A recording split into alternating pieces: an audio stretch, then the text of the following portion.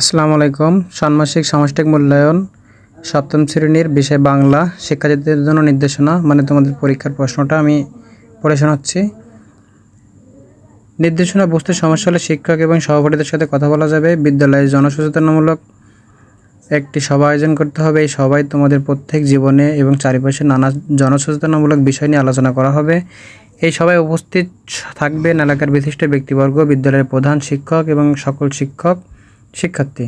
কাজ একভাবে জোড়ে আলোচনা করে নিচের কাজগুলো এককভাবে করতে হবে। প্রত্যেকের খাতা আলাদা আলাদা করে লিখতে হবে, কিন্তু আলোচনা করা যাবে সবাই। তোমরা প্রত্যেক জীবন থেকে চারপাশে থেকে বিভিন্ন সমস্যা খুঁজে বের করতে হবে, তার একটা তালিকায় তৈরি করতে হবে, যেগুলো প্রতিকারের জন্য জনসচেতন প্রয়োজন।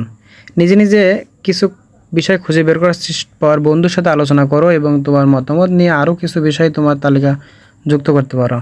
কোন বিষয়গুলো তুমি খুঁজে খুঁজে পেয়েছো আর কোনগুলো আলোচনার মাধ্যমে উঠে এসেছে তা উল্লেখ করতে হবে।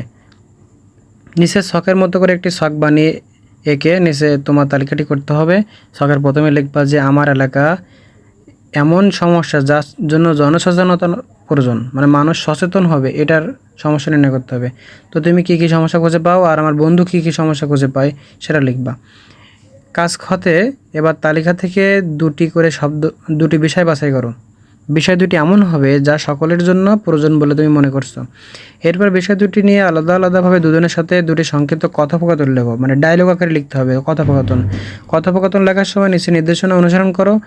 একজন বয়োজ্যেষ্ঠ মানে বয়সে বড় এবং একজন সমবয়সীর সাথে কথোপকথনের দুটি আলাদা নমুনা লিখতে হবে। সংলাপ লেখার সময় সর্বনাম এবং ক্রিয়াপদের মান রক্ষা করতে হবে এবং সংলাপ লেখার সময় প্রসঙ্গের মধ্যে থাকতে হবে। প্রিয় শিক্ষার্থী, তোমরা তো সর্বনাম এবং ক্রিয়াপদ শিখছো সেই বাংলা প্রথম চ্যাপ্টার দ্বিতীয় চ্যাপ্টারে, সেইগুলো অনুযায়ী লিখতে হবে। কথোপকথনে সরল বাক্য, জটিল বাক্য, যৌগিক বাক্য 3 ধরনের বাক্য বাছাই করে লিখতে হবে। কথোপকথনের সকল নির্দেশনা অনুযায়ী জোড়ায় আলোচনা করা যাবে এবং জোড়ায় আলোচনা থেকে নতুন কী ধরনের ধারণা উঠে এসেছে তা তোমরা কথোপকথন লেখার আগে আলাদাভাবে সংক্ষিপ্ত তুলে ধরতে হবে। কথোপকথনের বিষয়বস্তু হুবহু এক হওয়া যাবে না, দুজনে আলাদা হতে হবে। এবার কথোপকথন ব্যবহৃত 3 ধরনের বাক্যে একটি নমুনা দেওয়া হলো। তোমরা যে কথোপকথন লিখবে তার থেকে 3 ধরনের বাক্য এখানে আলাদা করে লিখবে: সরল বাক্য, জটিল বাক্য, যৌগিক বাক্য।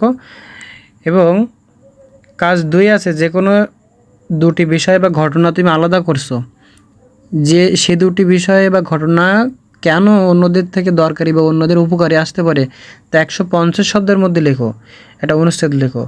লেখার সময় খেয়াল রাখতে হবে লেখার মধ্যে যেন উপসর্গ, সমাস এবং প্রত্যয়ের মাধ্যমে গঠিত শব্দ থাকে এবং তোমার লেখা বা থেকে সমাস, উপসর্গ, প্রত্যয় শব্দ গঠিত আলাদা করো এবং 5টি করে শব্দ বাছাই করে লেখো অনুরূপ ছকে। এখানে শব্দ ভাঙলে কী হবে, শব্দটি কী উপায়ে পাওয়া যায়, মানে সমাস, উপসর্গ, প্রত্যয়, এইগুলো 3টা, যে কোনো 5টা তুমি লিখতে পারবা। এই 3টা থেকে।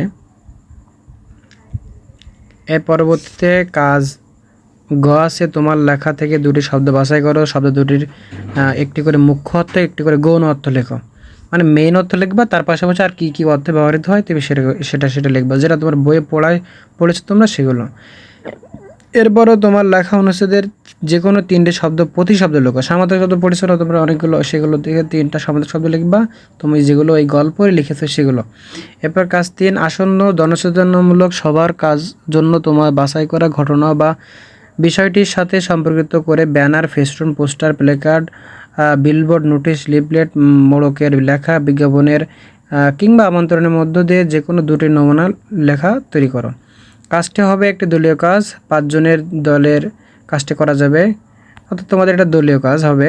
আলোচনার মাধ্যমে করা যাবে। দলের প্রত্যেক সদস্য যে কোনো 2টি করে নমুনা লিখে খাতায় তৈরি করতে হবে। দলের সদস্যদের নিজেদের মধ্যে আলোচনা করে ঠিক করতে হবে। ঠিক আছে,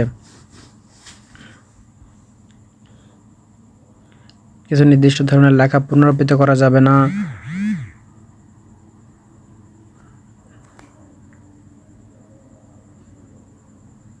ঠিক আছে, তাহলে তোমাদের একটু পরে আমি অ্যান্সার দিয়ে দেবো, তোমরা এই প্রশ্নটা ভালোভাবে বুঝো, অ্যান্সারের জন্য অপেক্ষা করো।